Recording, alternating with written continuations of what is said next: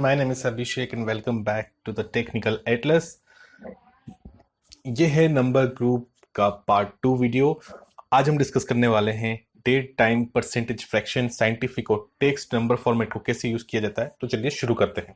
सबसे पहले हम बात करते हैं डेट के बारे में।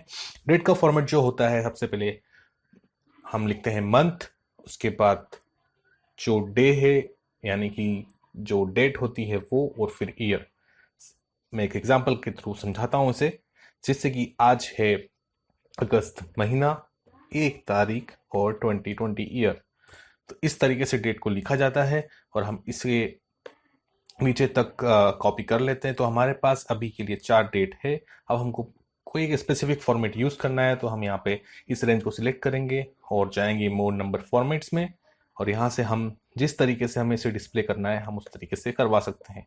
आप यहाँ सैंपल में देख सकते हैं कि जो करंट फॉर्मेट सिलेक्ट किया हुआ है वो यही है। अगर आप इसको डिस्प्ले करना चाहते हैं इस तरीके से, जिसमें आपको डे भी आए और मंथ लिखा हुआ आए और डेट और ईयर भी है, तो आप इस तरीके से कर सकते हैं। मैं इसे अभी के लिए ओके करता हूं आपको दिखाने के लिए। तो आप देख सकते हैं कि ये यहाँ पर उसी तरीके से यहाँ पे दिखा रहा है, डिस्प्ले हो रहा है डाटा को जिस तरह हमने सिलेक्ट किया था। अगर हमको दूसरा कोई फॉर्मेट डेट का सिलेक्ट करना है तो हम वो भी कर सकते हैं। अगर कोई मंथली डेटा हमारे पास हमारी एक्सेल शीट में आता है, हम जिसमें ईयर नहीं दिखाना चाहते हैं, तो हम इस तरह भी सिलेक्ट कर सकते हैं। तो ये सैंपल इस तरीके का होगा, मतलब कि 1-अगस्त ऐसा भी हम डिस्प्ले करवा सकते हैं। और अगर हमारी रिक्वायरमेंट है कि हम इसे कुछ अलग कस्टम हमको डिस्प्ले करवाना है, कस्टम तरीके से हमको डेटा को दिखाना है जो इसमें अवेलेबल नहीं है, तो हम यहाँ पे कस्टम पे जा सकते हैं और यहाँ पे उसको सिलेक्ट कर सकते हैं, जैसे कि डेट, मंथ एंड ईयर। तो आप देख सकते हैं यहाँ पे सैंपल में इसकी वैल्यू 01-08-2020 हो चुका है। तो इस तरीके से हम कस्टम का यूज भी हो सकता है। Just click on okay. आप देख सकते हैं कि डेट का फॉर्मेट चेंज हो चुका है। उसी तरीके से अगर आपको टाइम फॉर्मेट आपको किसी स्पेसिफिक तरीके से दिखाना है, सबसे पहले मैं आपको बताता हूँ कि टाइम जो लिखने का तरीका होता है वो क्या होता है। वो होता है आवर, मिनट एंड सेकंड। तो अभी के लिए हम लिखते हैं आवर एंड मिनट, जैसा कि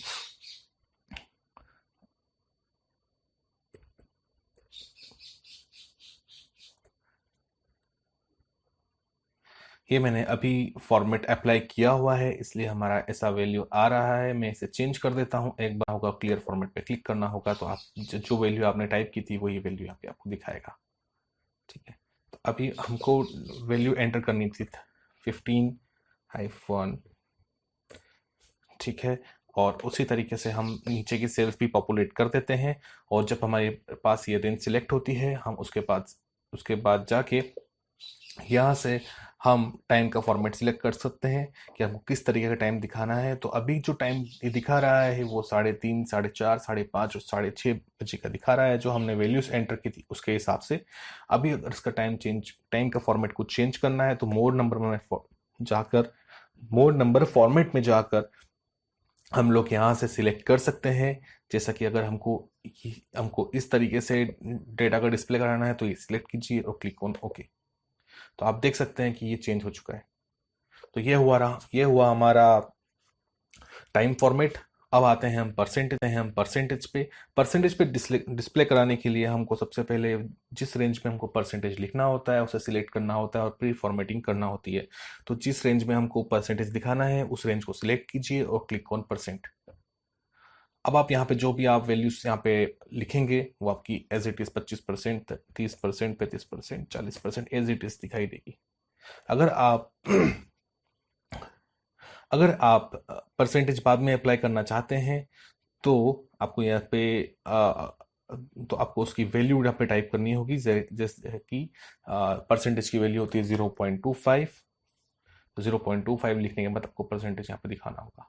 नहीं तो अगर आप 25 यहाँ पे लिखेंगे और उसके बाद उसकी फॉर्मेटिंग करेंगे यहाँ पर, तो उसकी वैल्यू 2500 हो जाएगी। तो ये डिफरेंस होता है, तो आप वो समझना है और आपकी रिक्वायरमेंट के हिसाब से आप फॉर्मेटिंग कर सकते हैं। चलिए अब समझते हैं फ्रैक्शन क्या होता है। तो यहाँ पे सपोज कीजिए कुछ वैल्यू है, ये हमारे पास कुछ वैल्यू है जो पॉइंट्स में है। अब हमको समझना है कि इनके फ्रैक्शंस क्या हो सकते हैं। तो फ्रैक्शन समझने के लिए आपको जस्ट सिलेक्ट करना है और यहाँ जाना है, आपको सिलेक्ट करना है फ्रैक्शंस। तो ये आपको वो बता देगा कि कौन सा नंबर किस नंबर से डिवाइड होने के बाद आपकी वैल्यू आई थी। जैसे कि सबसे पहले वैल्यू है हमारे 0.25। 0.25 यहाँ पे डिस्प्ले कैसा हो रहा है 1/4। तो 1/4 इज इक्वल टू 0.25। बेसिकली ये नंबर फॉर्मेट है जिसमें हम फ्रैक्शन की तरह इसको डिस्प्ले कर सकते हैं। अब हम बात करते हैं साइंटिफिक का।